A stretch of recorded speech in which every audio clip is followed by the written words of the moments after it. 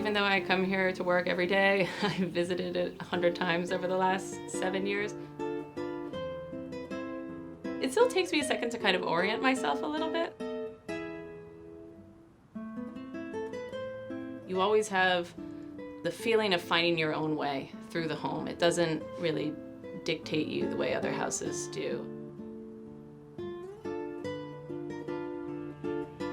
Well, the house is largely considered to be the first modernist home in the US. Schindler moved to Los Angeles from Austria with the express purpose and dream of working for Frank Lloyd Wright.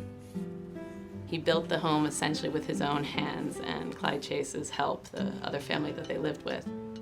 And the house itself became this epicenter of avant-garde bohemian political life in Los Angeles in the 20s and arguably all the way through the 40s.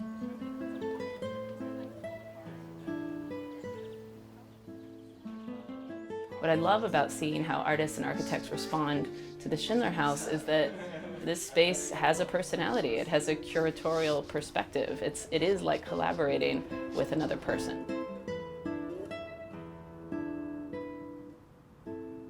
I always like the serendipity of miscommunication.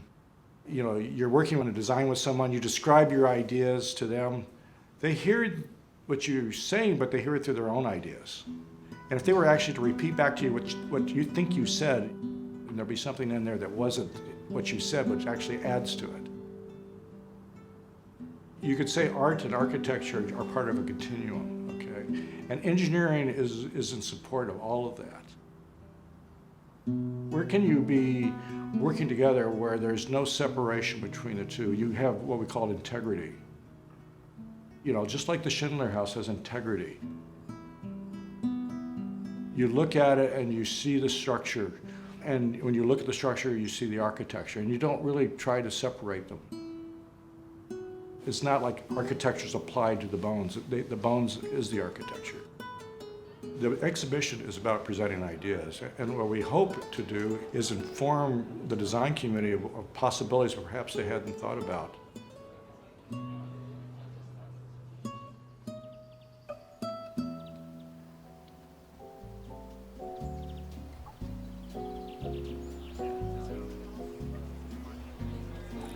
I will admit that when we started talking about this show, I was a bit afraid of the extent and ambition of the show.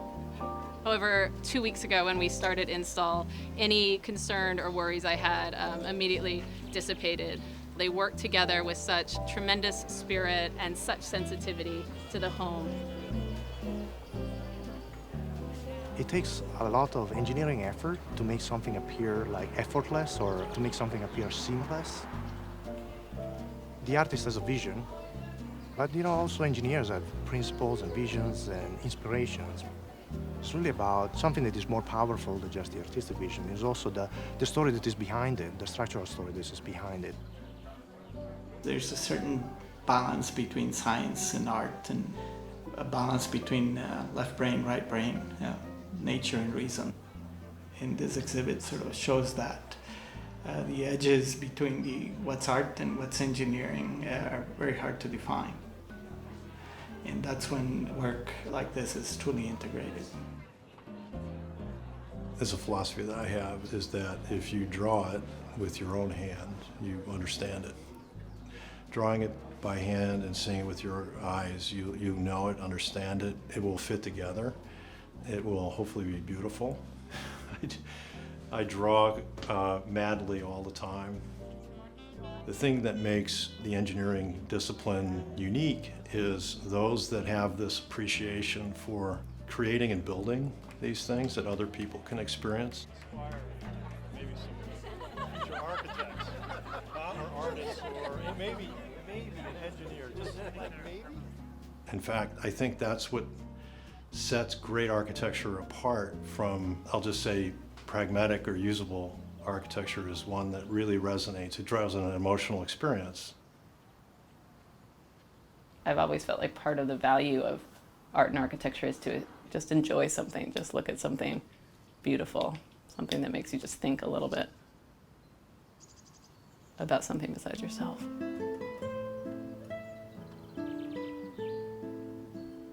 if we can create architecture and art that draws that kind of an emotional response, that's a huge success.